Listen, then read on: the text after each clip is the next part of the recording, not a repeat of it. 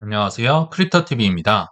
오늘은 전쟁 난리통에서도 젠슨 왕이 콕 집어 언급하면서 유독 강했던 코인에 대해서 알아보도록 하겠습니다. 먼저 지난 주말에도 금이다, 채권이다 다 떨어질 때도 비트코인이 잘 버텼었는데요. 그 잘 버티던 코인마저도 지치게 만들었던 트럼프의 결정적인 한마디가 있었습니다. 분명히 금요일까지만 해도 종전을 검토 중이다. 이란과 평화 협상을 검토하고 있다라고 했는데 웬걸 주말 직전에 호르무즈 해협을 개방하지 않을 경우 48시간 이내에 이란의 모든 발전소를 파괴시키겠다. 요게 정말 결정적인 한 방이었던 것 같습니다. 그래서 모든 자산이 많이 떨어졌던 것 같아요. 그러니까 오늘 아침 되니까 좋은 뉴스가 나올 수가 없겠죠. 여기 보시면 드디어 미국 금리 인상 시나리오가 공식적으로 등장을 합니다. 6월 달 인상 가능성이 무려 27%나 반영이 됐다. 보통 우리가 6월 달 하면요. 제롬 파월에서 케빈 워시로 연준 의장이 바뀌면서 오히려 금리 인하를 좀 생각을 했었는데 드디어 인상 시나리오가 나왔다. 그리고 이게 미국만이 아니라요. 유럽이나 다른 국가들에서도 마찬가지로 지금 나오고 있습니다. 상황이 좋지 않겠죠. 그리고 여기 보시면 또 한국 정부가 4월 10일까지 고유가를 위해서 추경을 편성합니다라고 했다라고 하는데요.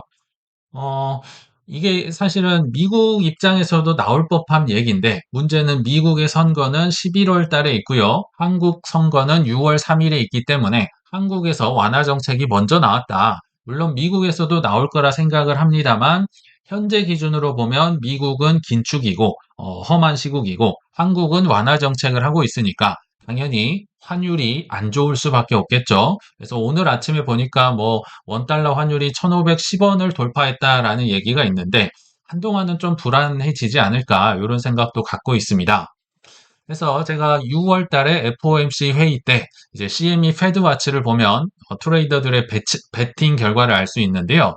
금리 동결 확률이 지금도 높긴 해요. 근데 차이점이 있다면 왼쪽에 원래는 금리 인하 확률이 있어야 됩니다. 근데 금리 인하 확률이 완전히 사라지고요. 오른쪽에 보시면 금리 인상 확률이 드디어 등장을 했다. 그래서 한 번 인상할 확률도 22%, 그리고 심지어 지금 두 번 인상할 확률까지 나올 정도로 굉장히 상황이 안 좋아지고 있다.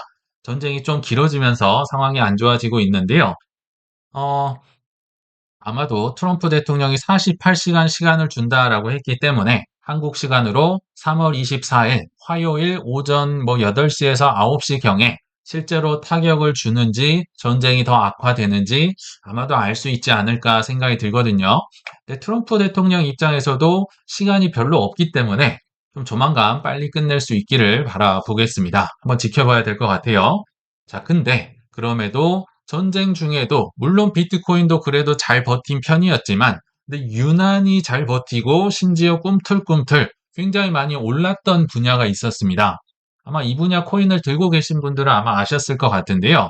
바로 AI 코인과 프라이버시 코인인데 문제는 프라이버시는 한국에서 지금 팔고 있지 않죠. 그래서 오늘은 좀 논외로 하고요. AI에 대해서 알아보도록 하겠습니다. 이게 3월 17일 기사였으니까요. 지금 일주일 전 기사임에도 불구하고 이때도 들썩거렸고 심지어 최근까지도 들썩거렸습니다. 그리고 그 전에도 또 들썩들썩거렸어요. 그래서 한번 알아보도록 할 텐데요. 일단은 비트코인 도미넌스가 59% 아래로 내려가면서 위험 선호 심리가 강화가 됐었다. 그래서 지난 일주일간 그러니까 3월 17일 이전으로 가야겠죠. 3월 10일부터 지난 일주일간 빗텐서라는 코인이 무려 37% 올랐었고 랜더도 25%, 패치 AI라고 해서 한동안 잊혀졌던 그러니까 세 개의 AI 코인이 합쳐졌었잖아요. 근데 무려 53%가 올랐었다라고 합니다. 그리고 이외에도 아카시라든지 니오 프로토콜이라든지 AI가 전반적으로 들썩들썩했던 건 사실인 것 같아요. 물론 모네로나 G캐시 같은 코인들도 올랐었는데 오늘은 요건 좀 논외로 하기로 하고요.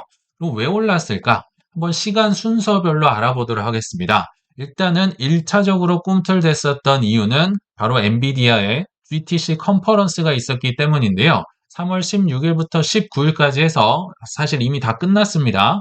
근데 이 기조연설이라든지 젠슨왕의 발언이요. 꿈틀거리기에 충분하게 여러 가지 얘기를 했었는데 핵심만 얘기하자면 이제는 AI 에이전트의 시대가 온다.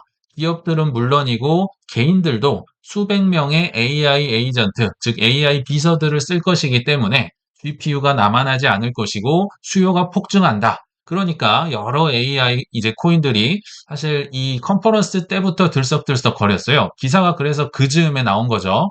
근데 이거에 이어서 2차로 꿈틀댔던 적이 또 있었습니다. 그게 제가 정확히 찾아보니까 3월 20일 한 오전 무렵이었던 것 같아요. 불과 며칠 안 됐었죠. 어디에서 이런 얘기가 나왔느냐?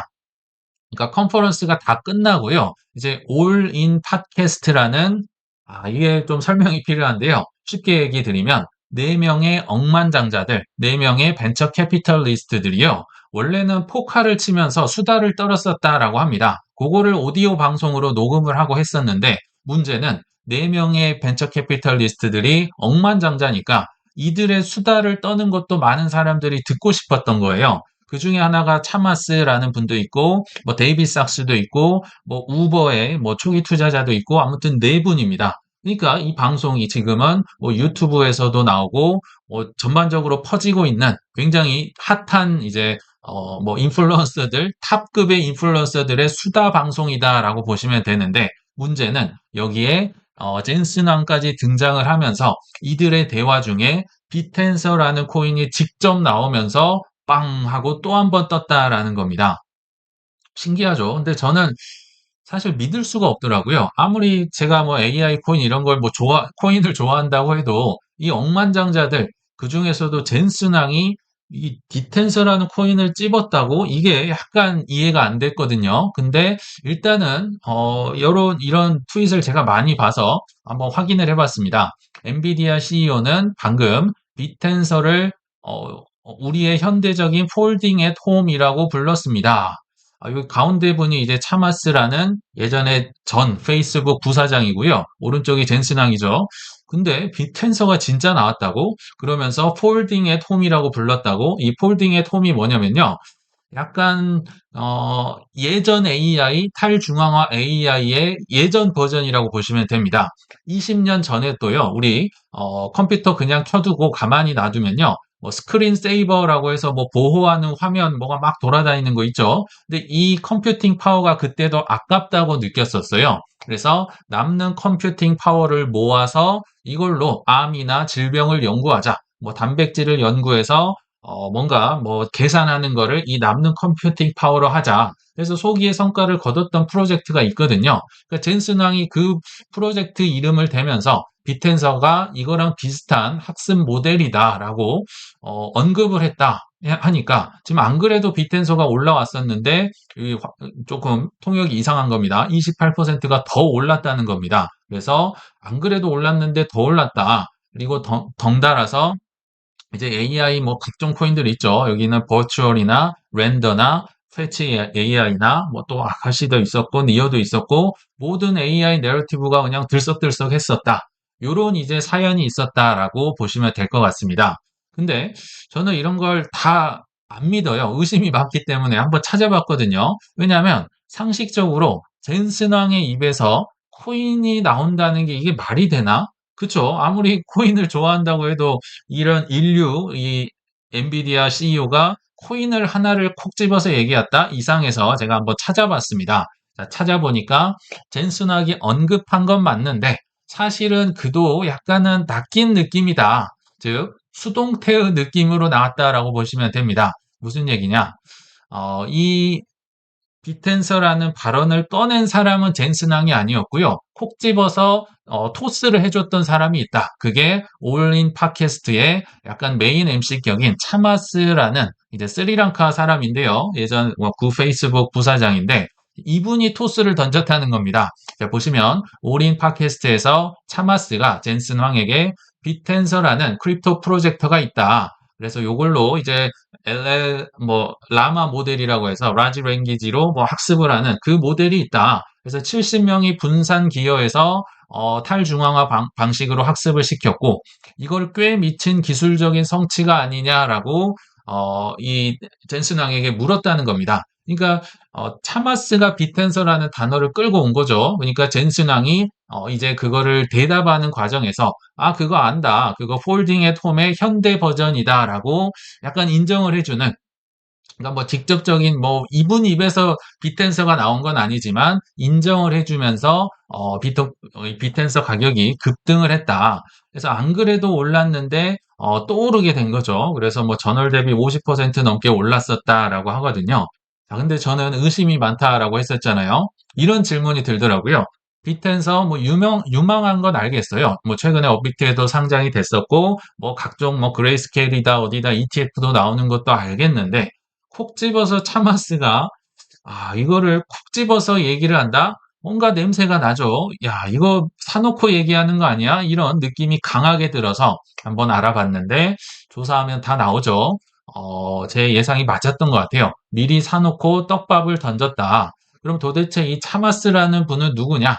한번 상식적으로 그냥 보고 넘어가도록 하겠습니다. 뭐 아시는 분도 많겠지만 76년 스리랑카 출신입니다. 네, 캐나다로 이민을 했었고 이제 이분이 초기에 성공했던 게요. 페이스북의 초기 임원, 부사장이었습니다. 성장을 담당했는데 한 1억 명 정도 되는 유저를 무려 10억 명 가까이 늘린 그리고 뭐 알고리즘도 개발하고 약간 중독시키게 만드는 그쪽으로 해서 탁월한 성과 이분이 말빨이나 이런 게 장난 아니거든요, 머리가. 그래서 이때부터 유명해지고 그 이후로 이제 벤처 캐피털리스트가 돼가지고요. 이분의 또 다른 이제 별명이 스펙의 왕입니다. 스펙킹. 그러니까 특수 목적 회사를 빨리 만들어서 어떤 회사를 상장을 시키고 상장시키면 우와 하고 올라가잖아요. 그때 이제 팔고 이제 터는 식으로 그걸로 이제 유명해졌는데 문제는 자기만 돈을 벌고 이제 자기 방송을 듣고 뒤따라왔던 분들은 오히려 큰 손해를 보는 이게 너무 잦아지면서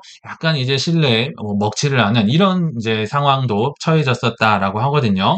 근데 그럼에도 불구하고 이분의 스펙이나 뭐 여러 가지 이 밸류가 어마어마한 분입니다. 왜냐면 일단 페이스북으로 성공을 시킨 자체가 엄청 입지전적인 인물인 거죠. 1억 명을 10억 명 사용자로 늘렸다. 그리고 스펙 투자를 본인이 정말 많이 했거든요. 스펙 투자로만 이분은 뭐 조가 넘는 돈을 벌었다라고 합니다.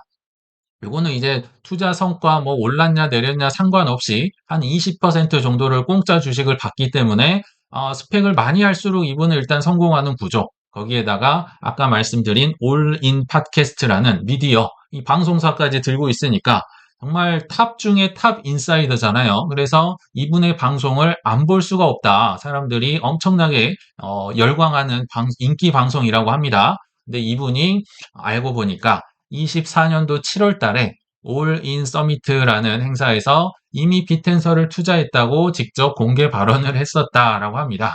참 일찍도 샀네요. 이분은 정말 일찍 사는 분입니다. 예전에 비트코인도 뭐 2011년도인가 샀었고 솔라나도 빨리 사서 뭐 21년도에 다 팔고 뭐 이런 식으로 물론 실패도 많이 했지만 정말 빨리 들어가서 빨리 튀는 이런 전략을 쓰는 분이라고 보시면 됩니다. 얼마나 샀는지까지는 안 나왔지만 그래도 꽤나 사지 않았을까 생각이 들거든요.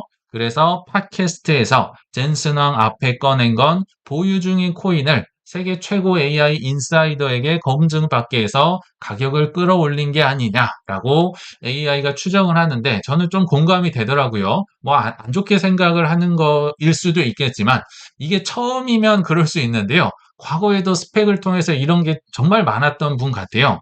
그리고 또 하나의 정황이 있습니다. 25년도 9월 달 이분이 스펙의 킹이기 때문에 이때도 뭐 AEAC라는 이제 스펙 회사를 하나 빨리 만들어서 이제 투자금을 모으고 이렇게 바람잡이 노릇을 했었는데 이 투자의 목표가 보시면요.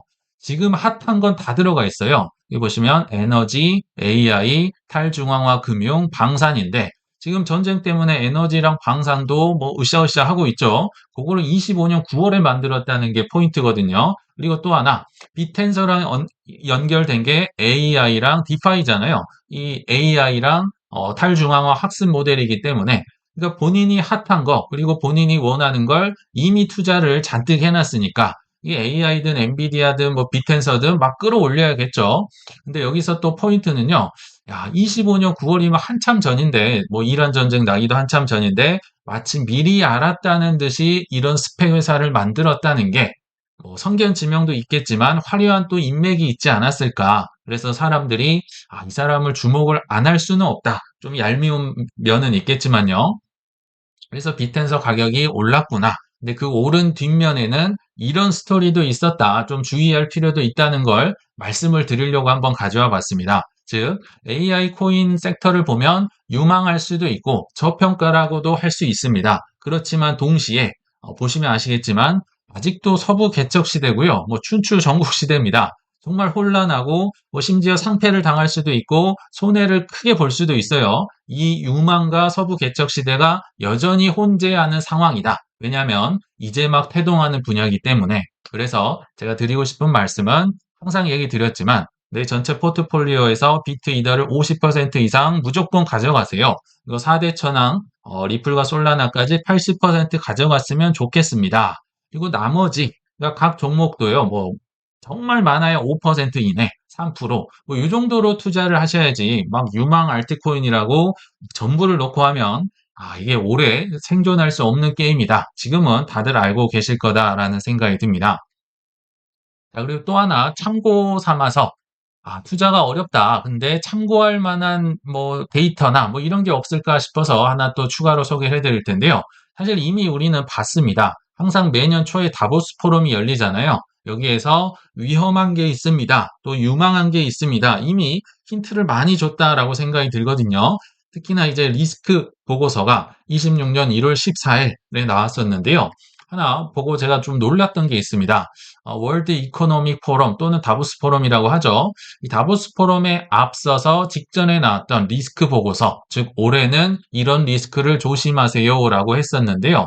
여기 보시면 1월 달은요. 이란 전쟁은 전혀 없을 시기였죠. 근데도 불구하고 1위가 지정학적 대립을 조심하세요. 2위가 국가 간 무력 충돌을 조심하세요. 이 두 개를 합치면요. 무려 32%나 됩니다.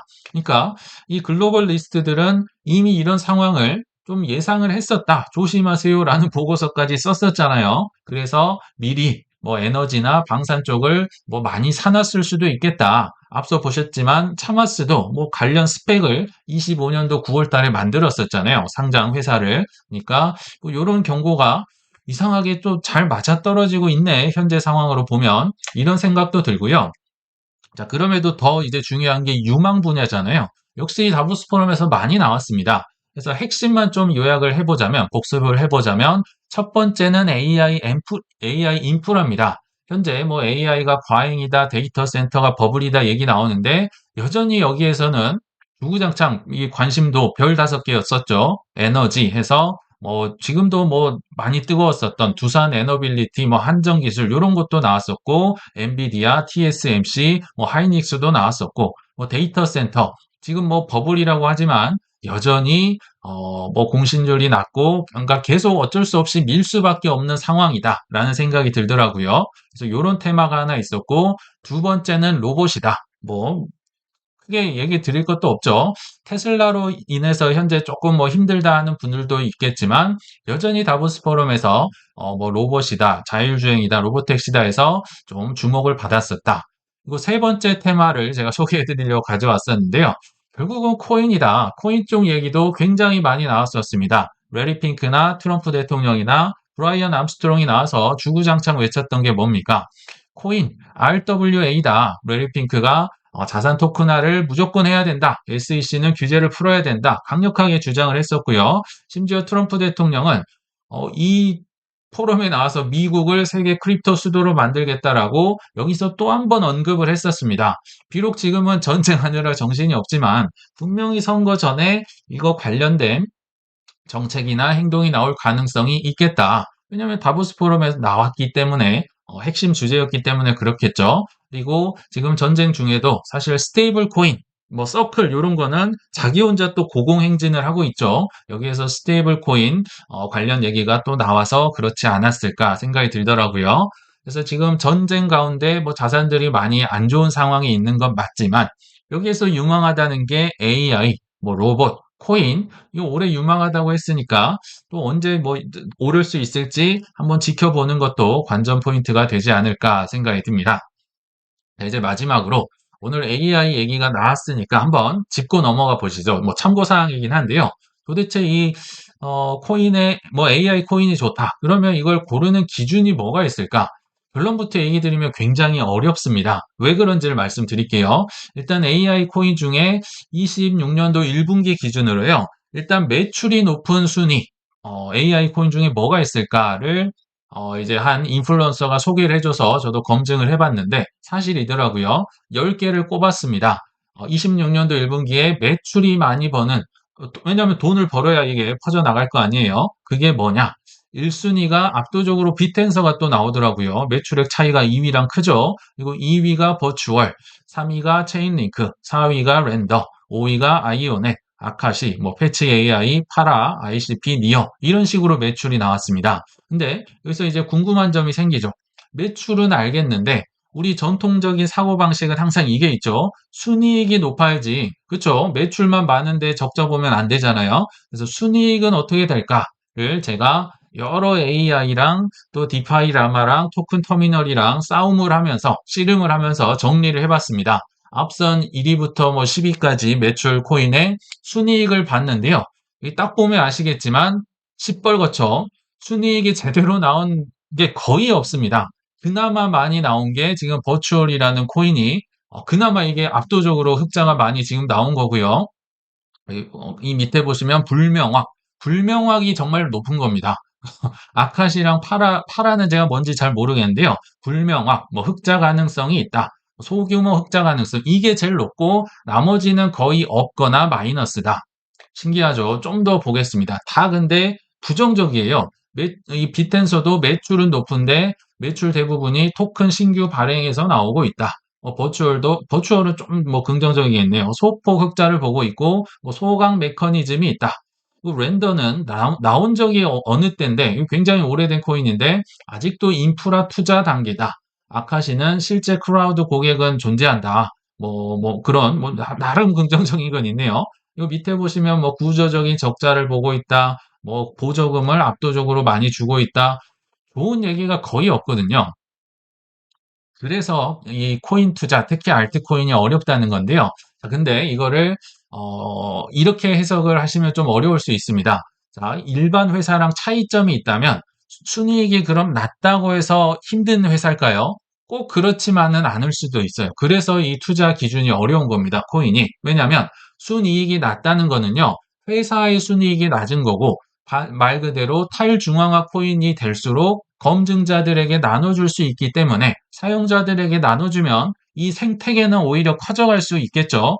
회사 기준으로는 뭐 힘들어 할 수 있지만 탈중앙화 생태계는 커지면서 오히려 긍정적으로 작용을 할 수 있다. 그래서 전통적인 이 투자 방식으로 이걸 판단하기가 쉽지는 않다는 겁니다. 그리고 또 하나, 전통적인 회사들도 뭐 테슬라나 아마존 등등처럼 이분들 보시면요. 뭐 10년에서 거의 20년을 적자를 품고 갔었습니다. 오랜 시간 마이너스를 품고 지금 갔었던 회사들처럼 지금 이런 AI 코인들도요.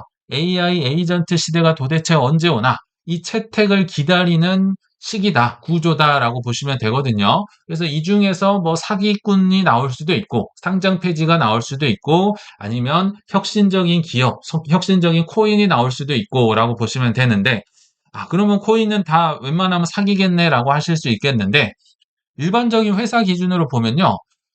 이런 곳들이 굉장히 많았어요. 테슬라, 아마존 외에도 넷플릭스도 뭐 엄청난 적자를 봤었고요. 우버도 마찬가지, 에어비앤비도 마찬가지, 엔비디아도 마찬가지, AMD 최근에 반도체로 날아가지만 뭐 거의 망하기 직전이었던 회사였었고요. 팔란티어도 무려 15년 이상 적자를 딛고 성공을 하고 채택된 기업들입니다. 근데 새로 나온 크립토 기업들이야 오죽하겠느냐. 그래서 이게 참 이 코인 투자가 쉽지 않다. 이 인내하는 게 보통 일이 아니구나라는 생각이 들거든요. 그래서 오늘 영상을 마지막으로 한번 정리를 해보자면 최근에 AI 코인들이 들썩거린 이유와 전망 그리고 매출 등을 보면요. 유망하거나 저평가라고 할 수는 있겠지만 그럼에도 나는 소액이니까 특정 코인에 올인하는 것은 정말 너무너무 힘든 선택이 될 수 있습니다. 그래서 내 탐욕을 조절을 하면서 어떤 상황에서도 든든한 포트폴리오를 갖추시고 오래 뛸 수 있으시길 바라면서 이만 마치겠습니다. 시청 감사합니다.